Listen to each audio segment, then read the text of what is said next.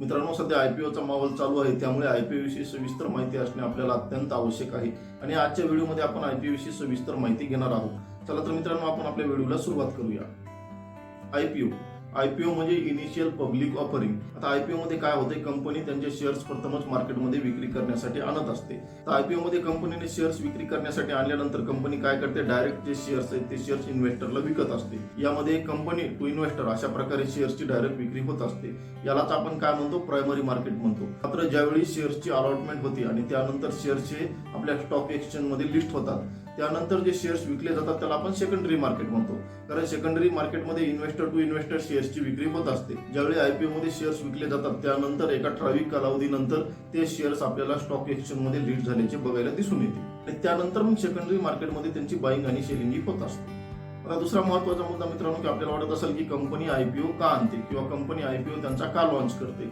तर कंपनीने त्यांचा आयपीओ लॉन्च करण्याचे अनेक कारणे आपल्याला दिसून येतात.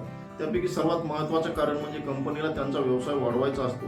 आता ज्यावेळी कंपनीला त्यांचा व्यवसाय वाढवायचा असतो त्यावेळी त्यांना मोठ्या प्रमाणात भांडवलाची आवश्यकता असते. आता यापूर्वी कंपनीने काय केलेले असते की वेगवेगळ्या बँकेकडून लोन घेतलेले असते. त्याचप्रमाणे ज्या काही वेगवेगळ्या संस्था आहेत त्यांच्याकडून देखील कंपनीने काही प्रमाणात इन्व्हेस्टिंगसाठी पैसा घेतलेला असतो. मात्र ज्यावेळी कंपनीला खूप मोठ्या प्रमाणामध्ये रक्कम पाहिजे असते त्यानंतर कंपनी पुन्हा बँकेकडून लोन घेऊ शकत नाही, कारण त्यांना लोन घ्यायचे म्हणल्यानंतर त्याचे हप्ते द्यावे लागतात, त्यांचे व्याज भरावे लागते. यासाठी कंपनी काय करते, त्यांचा आयपीओचा पर्याय निवडत असते. कंपनीने आयपीओ आणण्याची आणखी देखील कारणं असू शकतात. म्हणजे कंपनीवर जर खूप मोठ्या प्रमाणात कर्ज असेल त्या कर्जाची परतफेड करण्यासाठी देखील कंपनी आयपीओ आणत असते. कारणे कोणत्याही प्रकारचे असो, मात्र सर्वांचा जो सार आहे तो सार एकच आहे की कंपनीला त्यांचा व्यवसाय वाढवायचा असतो. कंपनीला त्यांचे वेगवेगळे प्रोजेक्ट सुरू करायचे असतात. यासाठी कंपनी काय करते, यासाठी कंपनी मार्केटमध्ये त्यांचा आयपीओ घेऊन येते आणि त्यामार्फत कंपनी खूप मोठ्या प्रमाणात भांडवल गोळा करत असते. कारण एकदा कंपनीने त्यांचा आयपीओ लॉन्च केल्यानंतर अशी कंपनीवर कोणत्याही प्रकारची जबाबदारी नसते की आपले जे काही इन्व्हेस्टर आहेत त्यांना याच प्रमाणामध्ये आपण रिटर्न दिले पाहिजे किंवा याच प्रमाणात त्यांना रिटर्न भेटले पाहिजे. ज्यावेळी कंपनी आयपीओ लॉन्च करते त्यावेळी कंपनी वेगवेगळ्या कॅटेगरीसाठी त्यांच्या शेअर्सचा जे कोटा आहे ते कोटा राखीव ठेवते. आता या तीन कॅटेगरीमध्ये सर्वात प्रथम QIB क्वालिफाईड इन्स्टिट्यूशनल बायर्स, दुसरं म्हणजे NII म्हणजे नॉन इन्स्टिट्यूशनल इन्व्हेस्टर्स किंवा HNI म्हणजेच हाय नेटवर्थ इन्व्हेस्टर्स, आणि तिसरं म्हणजे RII म्हणजे रिटेल इंडिव्हिज्युअल इन्व्हेस्टर्स. या तीन कॅटेगरीचा यामध्ये समावेश होतो. सर्वात प्रथम आपण QIB याच्याविषयी माहिती घेऊया. QIB मित्रांनो, QIB म्हणजे क्वालिफाईड इन्स्टिट्यूशनल बायर्स. सामान्यपणे या कॅटेगरीसाठी आपल्याला 50% शेअर्स राखीव असल्याचे दिसून येते. सोप्या भाषेत सांगायचे झाल्यास या कॅटेगरीमध्ये लोकांसाठी ज्या काही संस्था पैसे इन्व्हेस्ट करतात, पैशाची इन्व्हेस्टमेंट करतात यांचा समावेश होतो. यामध्ये आपल्याला mutual funds, venture capital funds किंवा foreign venture capital investors, insurance company, provident fund यासारख्या संस्थांचा समावेश असल्याचा आपल्याला दिसून येतो. आता हे जे काही QIB आहे ते खूप मोठ्या प्रमाणात जी काही त्यांची इन्व्हेस्टमेंट करीत असतात आणि आपण बघितलं की यांच्यासाठी एकूण शेअरचा 50% कोटा हा राखीव असतो. 2 नंबरला आपण बघू शकता की NII किंवा HNI. NII म्हणजे नॉन इन्स्टिट्यूशनल इन्व्हेस्टर्स किंवा HNI म्हणजे हाय नेटवर्थ इन्व्हेस्टर.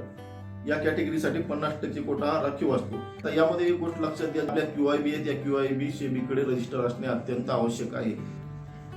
मात्र HNI किंवा NII हे सेबीकडे रजिस्टर असण्याची आवश्यकता नाहीये. ज्यावेळी एखादी व्यक्ती, एखादी संस्था आयपीओ मध्ये 2 लाखापेक्षा जास्त इन्व्हेस्टमेंट करते त्यावेळी त्यांचा HNI किंवा NII या कॅटेगरीमध्ये समावेश होतो.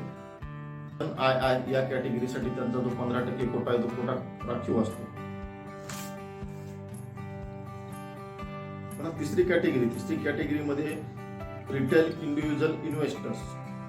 या कॅटेगरीमध्ये तुमच्या आमच्यासारख्या लोकांचा समावेश होतो. या कॅटेगरीमध्ये जास्तीत जास्त 2 लाख रुपयापर्यंत इन्व्हेस्टमेंट करता येते.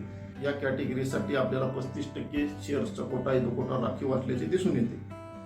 आता मित्रांनो, ज्यावेळी आपण आयपीओ ही कन्सेप्ट बघतो त्यावेळी आपण नेहमी ऐकलं असेल की आयपीओ हा ओव्हर सबस्क्राईब्ड झाला. तो ओव्हर सबस्क्राईब झाला म्हणजे काय झालं याविषयी आपण सविस्तर माहिती घेऊ. आयपीओ ओव्हर सबस्क्राईब होणे म्हणजे काय, जर कंपनीमध्ये असणाऱ्या शेअर्सच्या तुलनेत जर आयपीओ साठी जास्त अप्लाय केले गेले तर तो आयपीओ ओव्हर सबस्क्राईब झाला असे म्हणतात. सर्वसामान्यपणे आयपीओची खरेदी करण्यासाठी कंपनी ही 3 दिवसाचा कालावधी देत असते.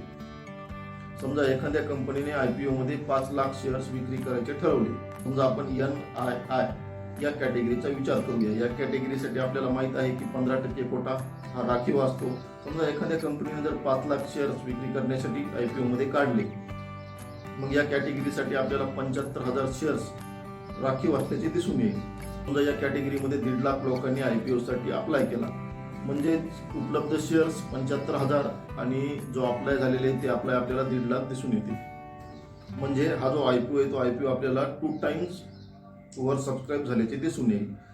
जर समजा याच कॅटेगरीमध्ये 3 लाख लोकांनी IPO साठी अप्लाय केला तर मग हा शेअर्स आपल्याला 4 टाइम्स वर सबस्क्राईब झाल्याचे दिसून येईल. थोडक्यात सांगायचे झाले, जेवढे शेअर्स उपलब्ध आहेत त्या शेअर्सच्या प्रमाणामध्ये जर जास्त लोकांनी IPO साठी अप्लाय केला, ज्या प्रमाणामध्ये अप्लाय केला त्या प्रमाणामध्ये तो IPO वर सबस्क्राईब झाल्याचे आपल्याला दिसून येईल. यामध्ये RII ही जी कॅटेगरी आहे, या कॅटेगरीमध्ये जर IPO वर सबस्क्राईब झाला तर मग लॉटरी पद्धतीने शेअर्सची अलॉटमेंट केली जाते. मात्र QIB किंवा HNI या कॅटेगरीमध्ये जर IPO वर सबस्क्राईब झाला तर मग या कॅटेगरीमध्ये लॉटरी पद्धतीने शेअर्सची अलॉटमेंट न देता सर्वांना सारख्या प्रमाणामध्ये शेअर्सची अलॉटमेंट केली जाते. म्हणजे QIB किंवा HNI या कॅटेगरीमध्ये शेअर्स मिळण्याची शाश्वती असते, मात्र RII या कॅटेगरीमध्ये प्रत्येकाला शेअर्सची अलॉटमेंट होईल हे शक्य नाही, कारण यामध्ये लॉटरी पद्धतीने उपलब्ध जे काही लॉट आहेत त्या लॉटच्या प्रमाणामध्ये शेअर्सची अलॉटमेंट ही केली जाते. आता मित्रांनो, आपण IPO विषयी काही महत्त्वाच्या बाबी बघूया. सर्वात प्रथम IPO मध्ये आपल्याला जे शेअर्स आहेत ते शेअर्स एका लॉटच्या प्रमाणामध्ये भेटत असतात.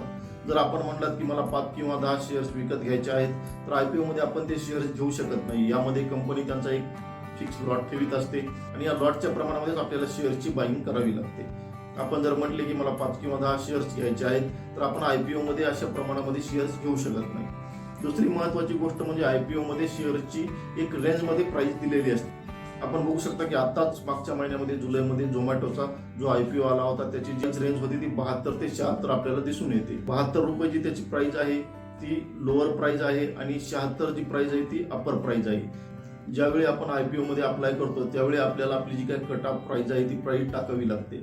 जर आपण लोअर प्राइस टाकली आणि IPO जर वर सबस्क्राईब झाला तर आपल्याला IPO भेटण्याचे चान्सेस खूप कमी असतात. जर आपण अपर प्राइस टाकली तर या कंडिशनमध्ये आपल्याला IPO अलॉटमेंट होण्याचे चान्सेस असतात.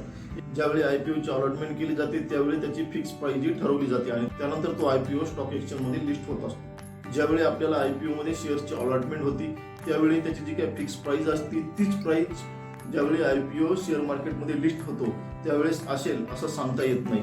आता उदाहरण द्यायचे झाल्यास, ज्यावेळी झोमॅटोच्या IPO ची अलॉटमेंट केली गेली त्यावेळी त्याची जी प्राइस होती ती प्राइस आपल्याला 76 रुपये असल्याचे दिसून येईल. मात्र ज्यावेळी झोमॅटोचा IPO हा शेअर मार्केटमध्ये लिस्ट झाला त्यावेळी पहिल्याच दिवशी जो झोमॅटोच्या IPO ची प्राइस होती ती आपल्याला 138 रुपये असल्याचे दिसून येते. त्यामुळे आपल्याला अलॉटमेंट झाल्याच्या IPO ची प्राइस आणि त्याची लिस्ट झाल्याची प्राइस ही नेहमी डिफरंट असल्याचे आपल्याला दिसून येईल. ज्यावेळी एखादी कंपनी IPO लॉन्च करते त्यावेळी कंपनीने त्याच्या सर्व डेट्स या फिक्स दिलेल्या असतात.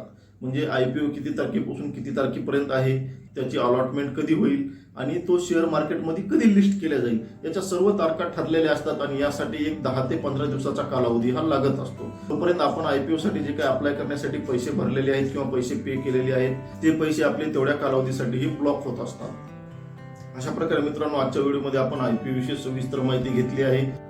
त्याचप्रमाणे IPO ची अलॉटमेंट कशी होते किंवा त्याची अलॉटमेंटची प्रोसिजर काय आहे हे देखील आपण या पुढच्या व्हिडिओमध्ये बघणार आहोत. तेव्हा मित्रांनो, आपल्याला व्हिडिओ आवडल्यास व्हिडिओला लाईक आणि शेअर करायला विसरू नका. जर आपण आणखीन आपल्या टेक टाइम मराठी या मराठमोळी युट्यूब चॅनलला जर सबस्क्राईब केलं नसेल तर चॅनलला सबस्क्राईब करून बेल आयकॉनच्या बटनला प्रेस करायला विसरू नका. कारण मित्रांनो, आपण आपल्या युट्यूब चॅनलवर शेअर मार्केट विषयी किंवा म्युच्युअल फंड विषयी नवीन व्हिडिओ नियमितपणे अपलोड करीत असतो. चला तर मित्रांनो, पुन्हा भेटूया पुढच्या व्हिडिओमध्ये. तोपर्यंत धन्यवाद.